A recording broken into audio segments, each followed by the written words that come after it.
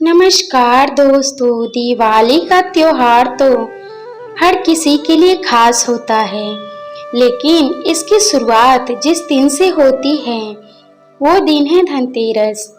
और ये दिन सिर्फ खरीदारी का नहीं बल्कि सौभाग्य को घर बुलाने का दिन होता है।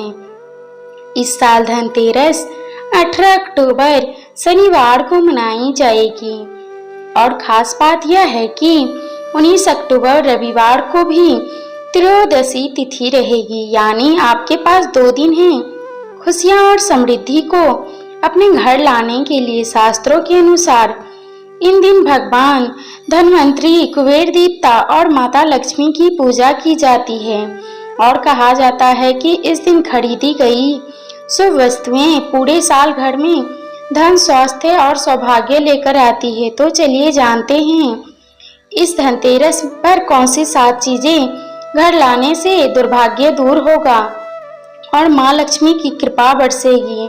पहली चीज धनिया। धनिया का नाम ही अपने आप में शुभ है, क्योंकि धनिया शब्द में ही धन छिपा है। धनतेरस के दिन धनिया के बीज खरीदकर बेहद शुभ माना जाता है। पूजा के बाद कुछ दाने माता लक्ष्मी को अर्पित करें और बाकी अपने गमले में बो दे। कहा जाता है अगर उन बीजों से पौधा निकल आए तो समझ लीजिए कि माता लक्ष्मी ने आपके घर डेरा डाल दिया है।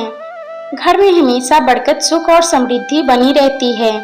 दूसरी चीज है सुपारी। धनतेरस की पूजा सुपारी के बिना अधूरी मानी जाती है।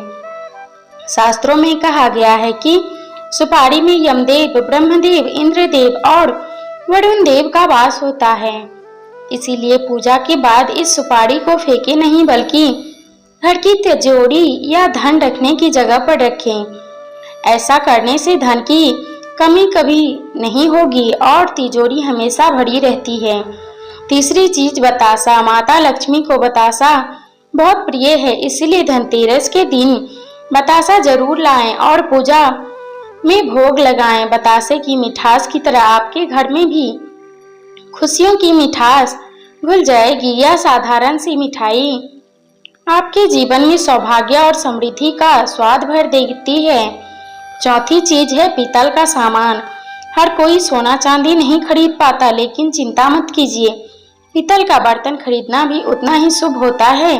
शास्त्रों में पीतल को शुद्ध और लक्ष्मी प्रत्यय धातु माना गया है। आप चाहे पीतल का दीपक ले या थाली, घर में माँ लक्ष्मी की कृपा स्थायी रूप से बनी रहती है। यह धातु घर में ऊर्जा और समृद्धि दोनों लाती हैं।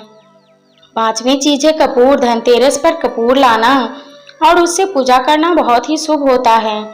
कपूर जलाने से नकारात्मक ऊर्जा दूर होती है और घर का वातावरण पवित्र हो जाता है।